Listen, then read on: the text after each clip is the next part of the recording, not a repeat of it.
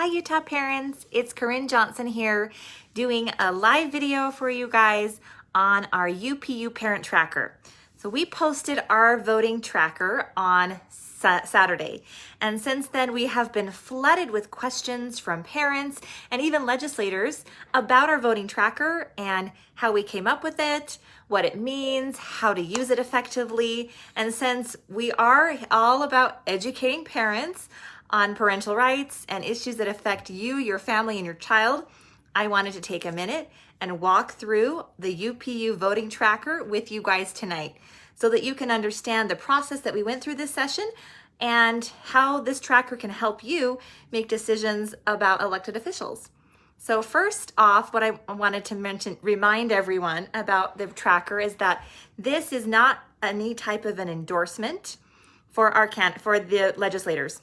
So a voting tracker is a tool that can be used, or my hair keeps falling in my face.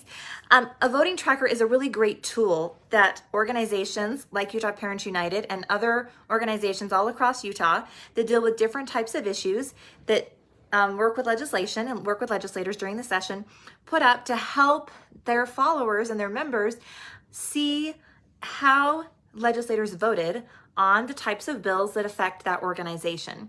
So we are a parental advocacy organization.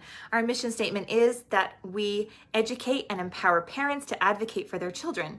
So when we looked at this legislative session, we focused on legislation that furthered the interests of parental rights, or we watched out and tracked legislation that we felt might undermine parental rights. So the bills that we tracked are very different than some of the bills you may see in other people's trackers. And we think this is a great thing.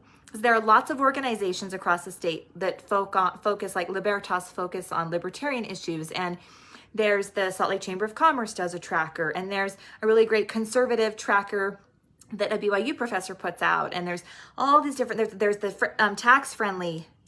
So these are all different types of trackers, and there's never been a tracker that looks at bills through the very specific lens of parental rights. So that is what we wanted to create through our organization, which is parent-centered, is to look at this type of legislation. So as we were choosing our bills, they were kind of different, and some people, hopefully if you were following us during the session, you kind of saw the trend in the type of legislation that we tracked, that we worked on, that we encouraged you to write your representatives about, and that we took a position on as a parental organization. And I'm going to actually flip around and we're going to look at some of the tools we used during the session. Now, this was our very first legislative session where we actually tracked legislation and took positions and then reached out to you, our parents, and shared what we were learning and asked you if you agreed with our position, or even if you opposed, to tell your legislators how you felt about these bills. And so we posted as many of them as we could on our webpage. And as the session went through, there got more bills, and towards the end of the session, it gets really crazy, and they skip committee and they bring the bills right on the floor. And so there are some bills that we worked on and tracked during the session that were really important to families that aren't on this page because we just ran out of time. It takes a lot of time to make a graphic and to make a post and to get, like, we put all this information in all of our posts, and it's just a lot. It's a lot of work. So we missed a few of the bills on our webpage. So the best way to see all the bills that we actually tracked and took positions on, I'm going to show you. You go to the Legislative Session 2022, and you click on the Champions of Parental Rights. And this is what we named our voting tracker, because all our bills were focused on parental rights, and so we thought that having the Champions of Parental Rights as the title to our tracker was appropriate. So when you go to this, you can see some of how these senators and representatives scored according to their voting record. And again, it's not an endorsement. This is just according to these bills, this is how they voted, and this is kind of how everything kind of matched up. So, but this is the really great one. This is the spreadsheet. So this is where you are going to find the data and information that we use to build our tracker. And like I said, this was our first year. So this was a real kind of an experiment for us at Utah Parents United. So we love your suggestions. We've had many suggestions, like we could weight bills that we felt were more important or less important with different values, or in future years we could actually if a sponsor who sponsored the bill, they could get a different weight. But to keep things simple, our first year, we did a really basic tracking system. So I'm gonna zoom in here a little for you guys. You can see kind of what we did on our tracker. So we just have our legislators on this side. And then these are kind of, this is the way we tallied the data and the information here. And I'll get back to that after we go across the bills. Then up across the top, this is where we put, let me get my camera on here. This is where we put all of the bills across the top that Utah Parents United worked on and took positions on during the legislative session. And here's your bills and your bill descriptions. So, for example, let's walk through some of these. So SJR003, this was terminating the public health order pertaining to face covering. So love this, is a great parental rights bill. Of course, the fundamental principle we started the organization, one of the things we started the organization on was medical health freedom and health freedom to be able to make decisions for what our children wear on their faces, on their bodies, it's put in their bodies. So this one here was really important to us. The test to stay bill was really important, a really important parental rights bill that we supported. The changes in the test to stay bill. The changes in the test to stay bill gave parents more rights, less rights to school to do testing, so that schools just can't automatically just say, hey, we're testing our entire school, or we're shutting down our entire school. And so these were two great pieces of legislation that passed right at the beginning of the session in the first week that we supported. This next bill was the pornography in school bill. And again, this is a huge parental rights issue. Do we as parents have the right to say this is pornographic and go to our schools and use the actual state law with content that's harmful to minors and have the school remove that content from our schools? And absolutely, we absolutely support parents to be able to protect their children from pornographic content that is harmful to minors. So this was really an important bill for Utah Parents United. And in fact, this is actually one of the few bills, we worked on this bill with Representative Ken Ivory from start to finish. And Brooke Stevens was instrumental in this. And so many parents came to the Capitol, and so many people were involved in helping to get this crucial piece of legislation passed. So we love this bill. This is a great bill. Okay, the next bill on our tracker, this one is HB 209. And this is one that a lot of people are like, why is this on your tracker? What's this bill about? A lot of people don't even know about this piece of legislation. It was sponsored by Ken Ivory, and this was so important to us at Utah Parents United because we were facing this challenge within the last 2 years of not only struggling with our own school districts and our own school boards and our own governments telling us what our children are going to wear on their faces, what if they need to get a vaccine or not, and what education and curriculum they're going to be taught in schools. But the federal government was involved in telling us those things. And that was absolutely frustrating. We had this rule that came down from the Biden administration that if a school took this grant money, that they were required to then choose from all of these specific curriculum options in order to take the grant. And some of those curriculum options were the 1619 project, or social and emotional learning curriculum that says the school defines the values and attitudes and beliefs of a child, not a parent. So when we saw this federalism bill, we're like, this is going to be fantastic for parental rights, because it's all about making sure that there is a commission that has power to go look through all of the laws, the federal and all the rules the federal government is going to tell the state of Utah we must follow, and they find out whether they're constitutional or not. And then they report to the legislature, and the legislature can make decisions on whether we are going to file a lawsuit against the federal government, whether we just get rid of the laws, if we do investigation on it. But we are so thrilled that this passed, because we absolutely need someone watching the federal government, especially in education. And so this was a wonderful bill that protects parental rights, and it passed, and we were thrilled to support that bill. HB 11, of course, as the transgender children in school sports bill, and another wonderful parental rights issue, parents having the right to be able to protect their children on the sports field and ensure a fair competition for their girls. This is passed, and we're still waiting to hear if it's going to be vetoed by the governor or not. So, okay, down, next bill on our tracker. So this bill was HB 331. This was the Hope Scholarship. Unfortunately, this bill did not pass, but we were supportive of the Hope Scholarship bill. Again, it gives parents the right to use their own tax dollars to fund education options for their child that meets their child's learning needs inside public education system or outside the public education system. So we loved this bill for advancing parental rights in education and in allowing parents to be not only the primary educators of the child, but allowing their own tax dollars to fund that education. So just fantastic legislation for parental rights. We are going to be working on that legislation to improve it and bring it back. It really struggled to get passed by the legislators in this legislative session. So you're going to want to see how your representative voted on that one. Okay, the next one, HJR 4, ends the statute of limitations on child sexual abuse. This is another bill that was brought to our attention, and our parents that brought us this bill and talked to us about this bill, really helped us see how important it is that as a parent, if you have had a child who has faced sexual abuse, that you as a parent at any time when you discover this or learn this and the trauma, the impact of that abuse, it doesn't end. There's no limitation on the suffering and trauma that a child suffers from sexual abuse, and that a parent should have the right at any time to seek justice and redress for that abuse. And so this to us was a very important parental rights issue, that parents be able to have that redress. And unfortunately, it was also not passed.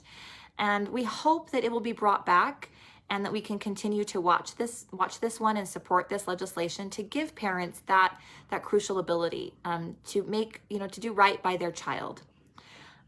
Another piece of legislation that we followed, HB 60, you all know HB 60 as the vaccine mandate bill. The vaccine mandate bill, absolutely in support of this one. Again, we should not have discrimination for our children or for our families if we choose not to be vaccinated. That one was so important, and it also did not pass. There were many amendments that were made to this bill in the Senate, and the House was concerned it could get him passed, and there's all sorts of drama behind this, but basically they could not get enough support to get the bill passed at the last minute, and they hope to work on it and bring it back next year, and we will support this bill again, absolutely support this bill again. So see how your representative voted on HB 60.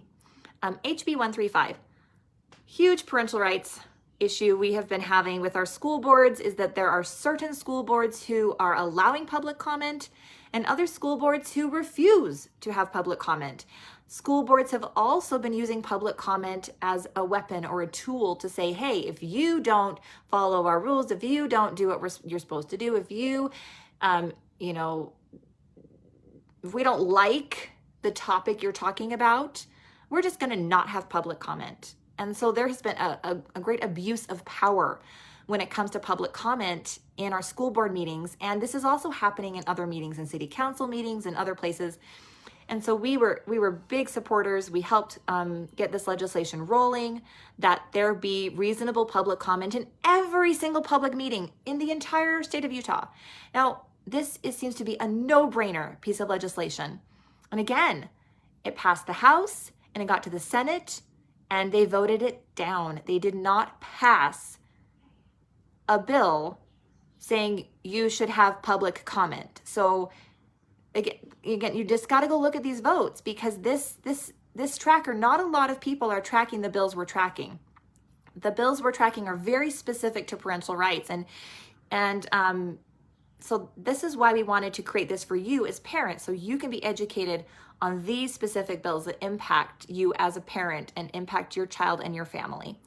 A lot of people think we're going to look at just education bills, but we're not really an education organization either, right? We really are about parental rights. And we love freedom and liberty, but take on some of those bills either, because there's tons of groups that take on election integrity and voter stuff and taxes and all of those things. This is really our groove right here, you guys. So moving on to the next one, I'm trying to get through these quickly. HB 337, this creates a mediator for parents and teachers. This is another bill we absolutely loved. We didn't know it was going to be run, and Carrie Ann Lisenby brought it forward, and we were like, Carrie Ann, this is a fantastic idea, because if you are a parent who has gone through the process, we teach, we preach the process. You go to if you have a problem in your school, if your teacher's not following the state code, if your principal or administration's not following the state law in education, if something's happening in your school that you know just isn't right, you go to your teacher first, then you go to your principal, then you go to your administrator, then you go to your superintendent, and then you go to your school board representative. And if no one can solve it, then you go to your state school board representative. And if they can't solve it, you report to the USBE. And then you send an email to Sid Dixon, who's the state superintendent. You go through this whole process, right?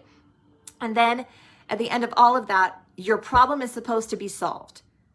But we have found that the majority of the time, parents will go through this whole process. And once they get to the very top, either the USBE and their lawyers will say, sorry, you're wrong, or they will send the parent all the way back to the school district. And you are stuck in this never-ending cycle of bureaucracy, and you can't get an answer. And I must have had so many parents coming to us this year saying, I'm going to have to sue my school district because they are not solving this. Nothing is getting done. And of course, we're happy. Utah Parents United is not in the business of suing teachers, parents, or school districts. That's not what we do. But when a school district is clearly breaking the law and they are not held accountable, a parent, what do? So they go and talk to a lawyer, and of course a lawyer's like, you do realize what it means to sue your school district. And then the parent's like, I don't know. So what does a parent? They usually pull their kid from school, or they switch schools, they figure something out. But we are not getting solutions. And so this bill is so awesome because it creates a mediator, and it is under the governor's office. And we looked at a whole bunch of different places, and that's actually the most nonpartisan place for it to be, believe it or not. But because it's separated from the USBE. And so you have a place, if you're not getting help in the USBE, you can go to this mediator and they can help you navigate the law. They can help you navigate the code. They can help you learn what your rights are. They will actually create literature and material to support understanding rights. This mediator would also help teachers who are in the same position. Think about teachers this year who also, they don't know what to do. If they speak out, if they go to their principal, they risk losing their jobs. There's no place for teachers to get help. And unfortunately, this also did not pass, you guys. So legislators voted against getting help for parents and for teachers outside of the USBE. So this is another bill that not a lot of other groups are tracking. So go take a look at this one. See how your representative voted. All right, HB 274. This was amending the sex education bill. This one did not pass, but we opposed it. So that's actually good. That's a good thing. So anyone who voted for this bill, we feel was voting to undermine parental rights. We do believe in our education system. We believe in the sex education laws that we currently have, but this would amend the law to have teachers teach about grooming and sexual assault resources. Now, we believe that counselors and highly trained professionals in sexual abuse can teach those courses, but our teachers are not licensed counselors. And when we're talking about these very sensitive issues, we felt the bill was not clear enough, and we tried to amend it. We really worked really hard to get amendments in this bill that would denote that this addition to sex education would need to be taught by licensed and trained therapists and counselors who specialize in sexual abuse. And they did not put that in the bill. So we had to oppose it. Also, parents need to be able to be the ones to make that decision of what type of education in those very sensitive issues should be taught to their child, especially because it could be triggering to children, especially if a child has suffered sexual abuse. So again, this is where a parent needs to be involved. So this did not pass. We were so grateful that there were other legislators who saw the problems, and so they said, nope, we are not going to do this. So this is a wonderful win, that this bill was not passed this session, and parents are still able to make the decisions on this type of sensitive sex education for their children. So this is wonderful. So go see, this is huge. Go see who voted against this bill, and send them a thank you for protecting parental rights in sex education. It's just a huge win.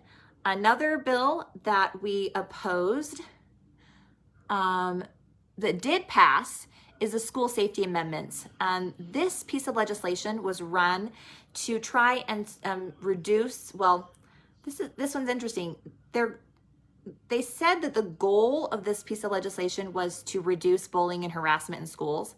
However, the language in the bill was very clear.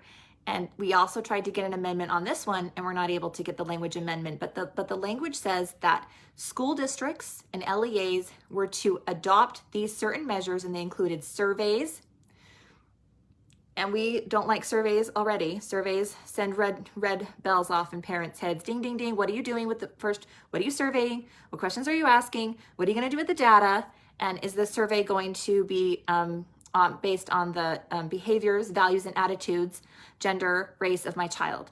So first off, the fact that it was a survey, we didn't love that. But the part in this bill that really made us worried was the line that said that the LEAs were to use these measures to eliminate bullying and harassments in the school.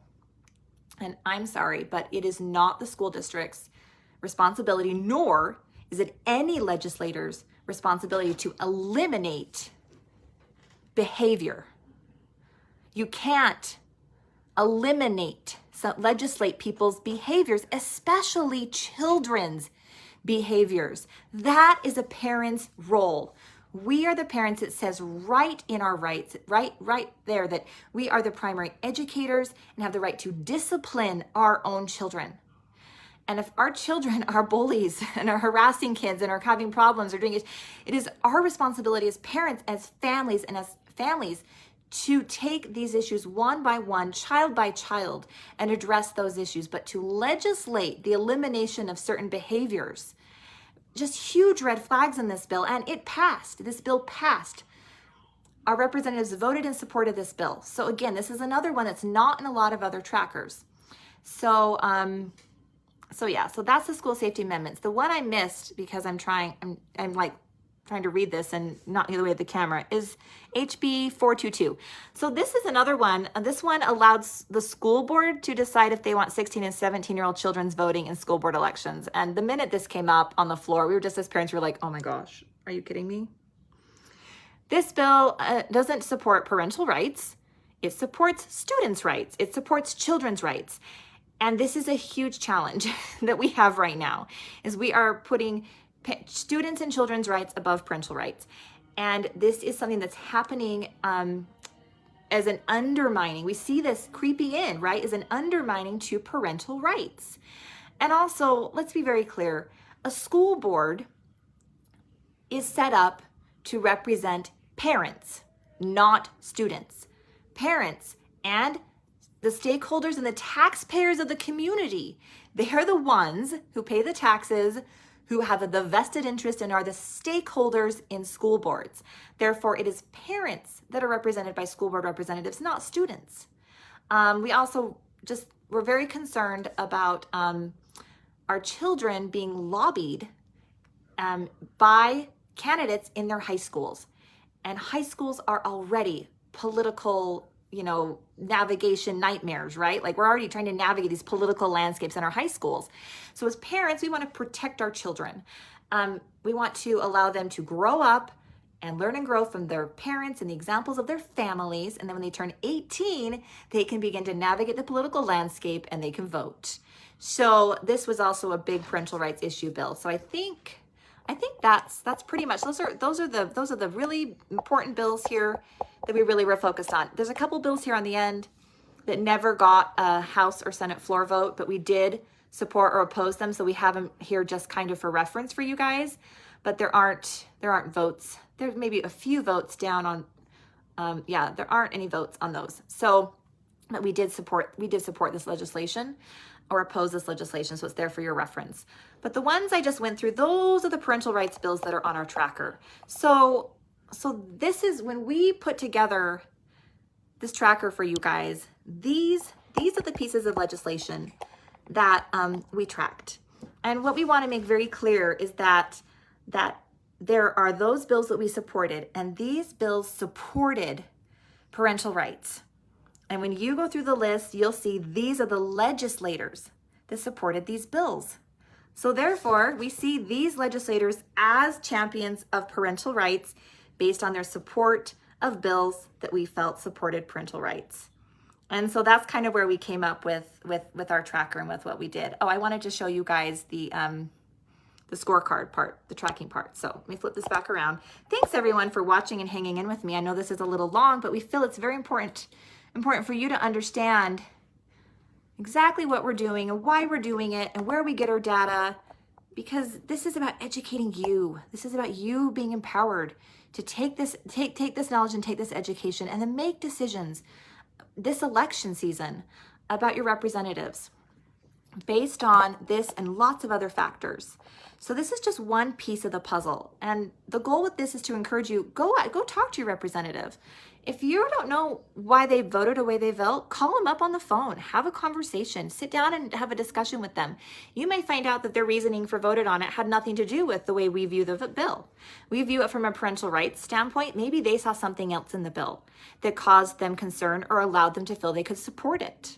So this is where those conversations are really good. Also, you want to look at the type of legislation they ran. We're going to put up another page on our website where we thank and recognize all of the legislators who ran these pieces of legislation and ran legislation that supports parental rights, because that's also very important that they're bringing forward and sponsoring legislation that does this. So this is how we kind of track it. So in these columns underneath, you'll see if we support it, we put down a Y, and then we get down to where there's a no. See, and then we mark it with a no and with a red. And it's the opposite. If we oppose the bill, it will be an N, and then they'll have a yes, and we'll put the red on the yeses. And so then over here, you'll see we tally up all of the votes, and we mark the ones they oppose, the reds against the yeses. We compare them. And also, if they were absent, then we drop the tally, right? So they don't get punished if they were absent or they didn't vote on that bill. And some of them didn't vote on all the bills. Some of them, it never got to the Senate or never got back to the House. So they didn't vote on it. So you can see here that if you look at our legislators, and then we converted this to a percentage. So if they voted the same way that we looked at the bill, they got a 13 out of 13. And then it just goes down from there, 12 out of 12, 12 out of 13, and then their percentage accordingly drops based on those bills. So you can see that even legislators, like so many amazing legislators, you guys, 11 out of 13, that's still a really pretty good score. 10 out of 13. You can see all these wonderful legislators. And then you start getting lower, 7 out of 13. And then it keeps going down until you have like 3 out of 13, 4 or 5. So that's where you get to see, and it keeps going and you get all the way, yeah, you can see all. And then we switch to the Senate. So this is the Senate, same thing we look at, and now you'll see that the vote count is different because some of the bills that the House got to vote on, the Senate never voted on. So the number of bills they vote on changes. That's why we make sure to tally it up very carefully by the number of bills they were able to vote on or did vote on, or whether they were absent or not. And then we do it the same way where you can see how they scored on these specific bills and then the percentage that's tied to those specific bills. So, and then of course we love our note down here to remind you a voting index alone is not enough to make an educated decision when considering whether or not to support a candidate for office. We encourage considering other factors included unreported committee and subcommittee service and constituent interactions when doing your own in-depth research. So make sure that you take all of this for exactly what it is. This is the voting record on these specific bills that we looked at for parental rights. And for those of you just hopping on, you can go back and watch from the beginning, and I go through each of these bills and share why we chose to track these bills. And I'll also point out, you guys, there are thousands of bills in a session, and we had so many more bills we could have tracked, and we finally just got to the point we were overloaded, and we just had to say we have to just stick with what we've got, because if we take on any more, we're overloaded. So we will be looking for more volunteers. If you loved this session, if you got excited about reading legislation and tracking bills and writing your legislators, we will have a sign up for next legislative session, and you can come join our team and you can help us keep track of more bills and look at more issues and expand our ability to look at bills specifically from a parental rights lens. And so I hope that this was informative and helpful to you as parents as you go through this process, this election season, to come look back at the tracker, see how your representative voted, have a conversation with them. These are great conversation starters. And here's one of my littles, supposed to be in bed. I'm going to go now and get her tucked in. Thank you for all the work you did during this session. I think it's important that I know we heard it again and again that they're like, we're hearing from people, we're hearing from your constituents, and hey, your parents, I heard a parent wrote me on this, and this is one of the reasons why I voted this way on this bill, is because I was hearing from parents on this issue, and like they were so surprised. I had no idea this issue mattered so much to parents. They were contacting me. So really, this isn't a tracker that says these legislators agreed with Utah Parents United. This is a tracker that says these legislators were listening to you. They were listening to you as parents. And this is how they did. This is how they voted. Okay, good night, everybody.